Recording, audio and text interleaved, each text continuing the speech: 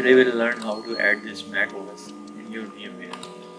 File you need will be provided and you can see it here.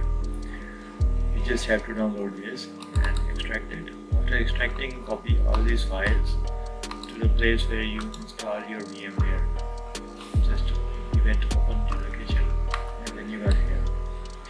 Then you have to run this add administrator and click yes and wait.